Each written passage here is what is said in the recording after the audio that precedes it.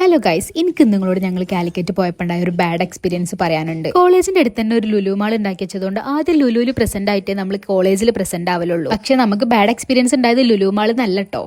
നമ്മൾ ചെന്നപ്പോൾ ലുലുവിലെ ഷോപ്പുകളൊക്കെ ഓപ്പൺ ആവുന്നേ ഉണ്ടായിരുന്നുള്ളൂ. ഓഫർ എവിടെ കണ്ടാലും ഒന്ന് കയറി വെക്കണം, വാങ്ങുമില്ലേന്നല്ല, കയറി നോക്കിയില്ലെങ്കിൽ ഒരു സമാധാനം ഉണ്ടാവില്ല. ഈ ഡ്രസ്സിനൊക്കെ 299 ആണ് പ്രൈസ് വരുന്നത്. ഈ ചുരിദാർ മെറ്റീരിയൽസിനൊക്കെ 50% ഓഫർ ഉണ്ട്.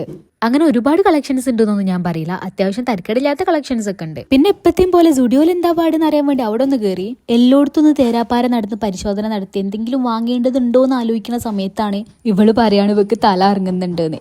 ഇടയ്ക്ക് BP ലോ ആവണ ഒരു പ്രശ്നം ഉള്ളതുകൊണ്ട് തന്നെ നമ്മളൊരു ഓട്ടോ വിളിച്ച് മാങ്കാവുള്ള ഹെൽത്ത് സെന്ററിൽ പോയി.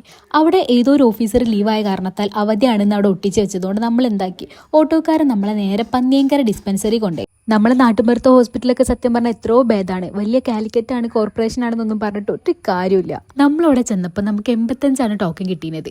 ഒരുപാട് നേരം നമ്മളവിടെ വെയിറ്റ് ചെയ്ത് ആകെപ്പാട് ഒരു ഡോക്ടറെ ഉണ്ടായിരുന്നുള്ളൂ. ഓക്ക് തീരെ വയ്യാണ്ടായപ്പോൾ ഞാനൊരു സിസ്റ്ററോട് ചെന്ന് ചോദിച്ച് ഞങ്ങളൊന്ന് അകത്തേക്ക് കയറ്റി വിടുമെന്ന്. അപ്പോൾ ഒരു നോക്കട്ടെ എന്ന് പറഞ്ഞു. പിന്നെ ആ സിസ്റ്റർ ആ ഭാഗത്തേക്കേ കണ്ടില്ല കേട്ടോ. ഓക്കെ, ചിലപ്പോൾ നമ്മളിനി മുന്നിൽ കയറ്റി വിട്ടിട്ട് ഇനി ബാക്കിയുള്ള ഒരു പ്രശ്നം ഉണ്ടാക്കണ്ടെന്ന് വിചാരിച്ചിട്ടാണോ എന്താണെന്ന് അറിയില്ല. ഞാൻ അവിടെ അകപ്പാടെ 4 വർക്കിംഗ് സ്റ്റാഫിനാണ് കണ്ടത്.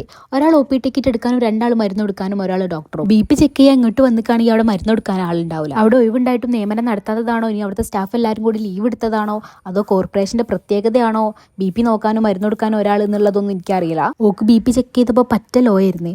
എന്നിട്ടും ഒരു ORS തന്നു വിടുകയാണ് ചെയ്തത്. സാധാരണഗതിയിൽ വേറെ എവിടെയെങ്കിലാണെങ്കിൽ എന്തായാലും ട്രിപ്പ് ഇടേണ്ടതാണ്. പിന്നെ ആരെങ്കിലുമൊക്കെ പന്നിയങ്കര ഡിസ്പെൻസറിയിൽ നിന്ന് മരുന്ന് കഴിക്കുന്നുണ്ടെങ്കിൽ അവിടുത്തെ എക്സ്പയറി ഡേറ്റും കൂടെ ഒന്ന് ചെക്ക് ചെയ്യണം. ഞങ്ങൾ അവിടെ പോയ സമയത്ത് ഒരു ചേട്ടൻ എക്സ്പയറി ഡേറ്റ് കഴിഞ്ഞ മരുന്ന് കൊണ്ടുവന്നിട്ടുണ്ടായിരുന്നേ. ഒരു ജൂണിലെ എക്സ്പയറി ഡേറ്റ് കഴിഞ്ഞ മരുന്ന് ഇപ്പോഴാണ് കൊടുക്കുന്നത്. അല്ലെങ്കിൽ അവർ നമുക്ക് തരുന്ന മരുന്ന് ഒരു പരീക്ഷണ വസ്തുവാണ്. ഇനിയിപ്പോൾ അതിന്റെ എക്സ്പയറി ഡേറ്റും കൂടി കഴിഞ്ഞാലോ. അതുകൊണ്ട് എല്ലാ ഹോസ്പിറ്റലിൽ നിന്നും മരുന്നൊക്കെ വാങ്ങുമ്പോൾ എക്സ്പയറി ഡേറ്റ് ഒക്കെ ചെക്ക് ചെയ്യണത് എന്തുകൊണ്ടും നല്ലതേക്കാരം.